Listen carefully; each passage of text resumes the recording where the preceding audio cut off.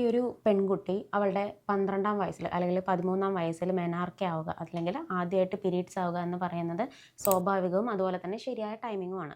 എന്നാൽ പക്ഷേ ഈ 12-ാം വയസ്സിൽ അല്ലെങ്കിൽ 13-ാം വയസ്സിൽ പീരീഡ്സ് ആയ കുട്ടിക്ക് പിന്നീട് അങ്ങോട്ട് കറക്റ്റായിട്ട് പീരീഡ്സ് കിട്ടുന്നില്ല അല്ലെങ്കിൽ പീരീഡ്സ് ഒട്ടും ആകുന്നില്ല എന്ന് പറയുന്നത് ഭയപ്പെടേണ്ടതായിട്ടുള്ള കാര്യം തന്നെയില്ല.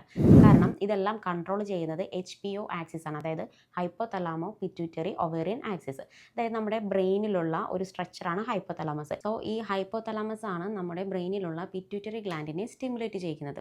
അങ്ങനെ സ്റ്റിമുലേറ്റ് ചെയ്ത് ഉണ്ടാകുന്ന ഹോർമോൺസ് ആണ് LH ഉം FSH എന്ന് പറയുന്നത്. ഈ LH ഉം FSH ആണ് നമ്മുടെ ഓവറീസിനെ ഇൻഫ്ലുവൻസ് ചെയ്യുന്നത്.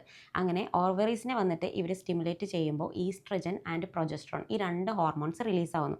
ഈ രണ്ട് ഹോർമോൺസ് ആണ് നമ്മുടെ യൂട്രസിൻ്റെ എൻഡോമെട്രിയൽ ലൈനിങ്ങിനെ ഇൻഫ്ലുവൻസ് ചെയ്യുന്നത്. ഇതുവഴിയാണ് നമ്മുടെ മെൻസ്ട്രൽ സൈക്കിളിനെയും ഫെർട്ടിലിറ്റിനെയും കൺട്രോൾ ചെയ്യുന്നത്. സോ HPO ആക്സിസ് ആണ് ഇതിൻ്റെ മെയിൻ കാരണമെന്ന് പറയുന്നത്. ഈ HPO ആക്സിസ് നോർമലി മെച്യൂർഡ് ആകാനായിട്ട് ഒരു 4 to 6 ഇയേഴ്സ് എങ്കിലും എടുക്കുന്നതാണ്.